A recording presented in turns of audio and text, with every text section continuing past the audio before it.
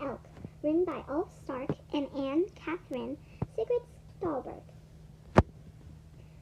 The elk stood drinking by the water's edge. Suddenly, a crow fell down. "Why are you sad, Long-Nose?" it wondered. "Because I will never be able to do it." "Do what?" "Become the king of the forest. All boy elks have to become king. You can fly, but what can I do?" "It will work out," said the crow. "But I wonder how I'm going to finish making a new nest." The old one blew down. "You'll have to work that out yourself," said the elk. As he walked off, he brushed a few dry twigs off a pine tree. Straight away, the crow picked them up and started building. The elk didn't see this, but a hedgehog peeped from behind a bush. Do you see the hedgehog? A bit later, the elk came across the hare. "I say, you look ever so unhappy," said the hare. "I am," said the elk, "but not you. You can jump a very long way. But I can't. How will I ever be king?" "It will be all right," said the hare. "But I'll be late getting back to my burrow on the other side of the lake. I can't jump all the way around. What shall I do?"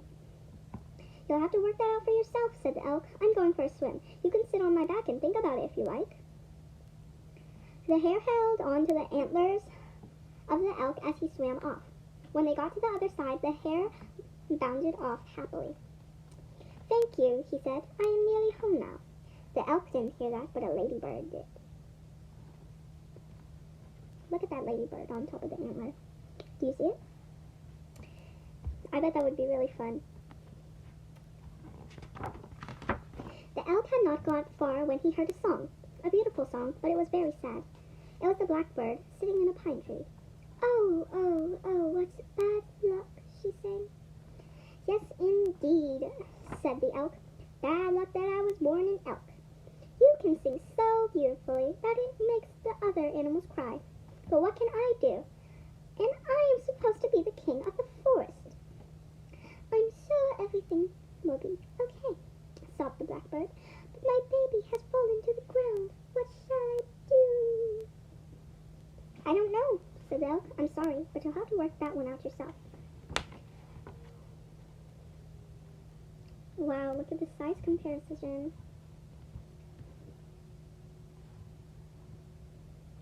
A little while later, the blackbird said, "I'm sure you're very good at bowing down, aren't you?" So the elk bowed all the way down to the ground.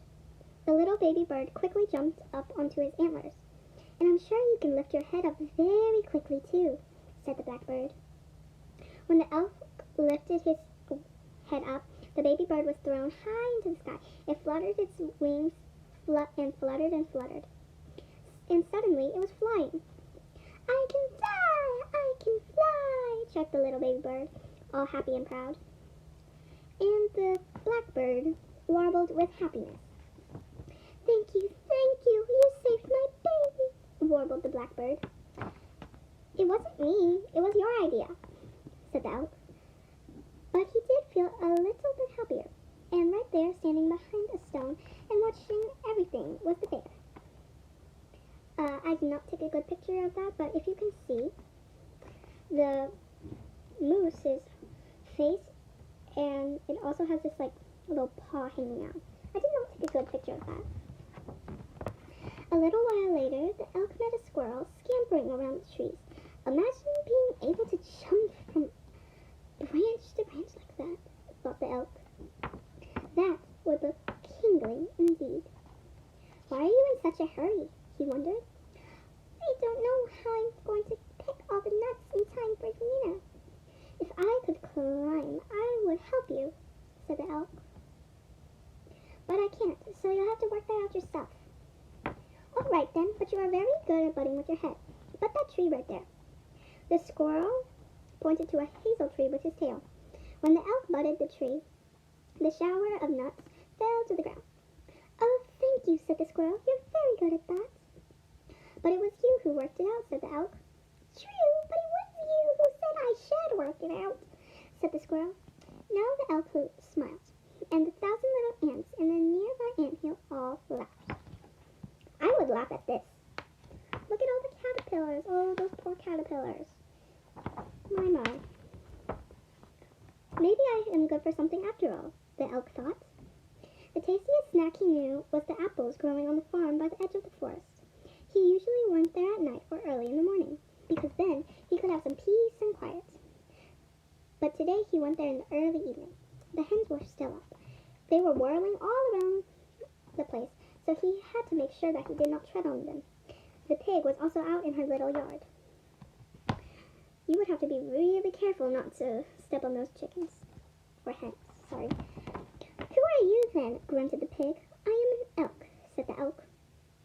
I come from the forest. I am here just to eat a couple of apples. They are so tasty that I forget I have to be king. Don't you want to be king? Yes, but I don't think I can. Well, I can't get out of here. Are there pigs in the forest? Yes, they are called wild boars, said the elk, but I have never seen one. I would like to be a wild boar.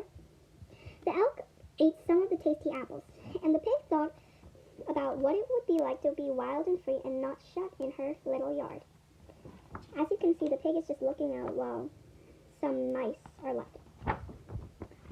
Wait, no, I didn't get a picture of that. Oh, no. If you were king, you could help me get out. Do you see the mice? Said the pig when the elk had finished eating. Maybe, said the elk, but you'll have to work it out yourself, said the elk. The pig grunted and frowned deep in thought. You look like you have nice strong legs, she said. Could you give the fence a kick before you go? I suppose so, said the elk, and he kicked the fence so hard that 2 thick planks broke in half. Thank you, said the pig. It was your idea, said the elk. All the flies in the pigsty giggled and clapped their wings. Now, I did not take good pictures of the mice. But, yes, as you can see, the moose is kicking. All that night, the elk roamed around. The moon shone like a silver apple in the sky. He heard an owl hooting. He saw bats whirling around the trees like black leaves. Tomorrow, he thought, tomorrow I will tell all the other animals that I can't be their king. They can work everything out better themselves. Then he fell asleep with his head resting on a birch tree.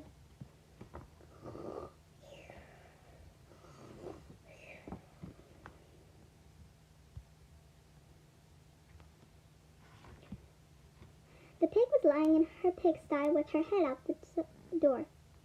Dark clouds floated past, but sometimes the moon came out like a silver potato in the sky.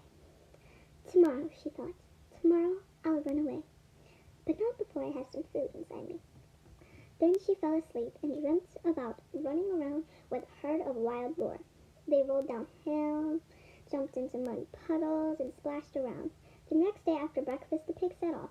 Bye-bye, little hens, she shouted. I am off to live a new life in the wild. Well, that seems interesting. All day long, the elk wandered around by himself, his head hanging down. He thought about how disappointed everyone would be. I bet I am the first ever elk who won't be king, he thought. How should I tell everyone? As you can see, he looks a little nervous or anxious. In the evening, he went to the lake to have a drink. All the animals of the forest were there already. The crow, the hedgehog, the hare, the ladybird, the blackbird, the bear, the squirrel, and the 1,000 ants. And all the flies from the sky. Here he comes, shouted all the ants. Our new king, shouted the owl and the bear. Sorry, but I am not good enough to be king, said the elk. You are better off working things out yourself. That's the point, said all the animals. We could have not asked for a better king. You listened to us and let us work out things ourselves. That way, everything turns out to be the best. When the elk heard this, he felt very proud. Right then, that's that, he said, stamping a foot on a front hoof on the ground. And all the animals of the forest cheered and cheered. Sounds nice, doesn't it? Until they heard a sad little oink oink from a bush. It was the pig. Her snout was covered all in thorns. She had tried to be eating a juniper bush. I have been wild and free all day, she said, but I have had enough now. I so miss my trough and the hens, but I don't know how to get back home. I will show you, said the elk, So he walked ahead of the pig with large royal strides. They said goodbye by the apple tree. Bye-bye, King Elk, said the pig.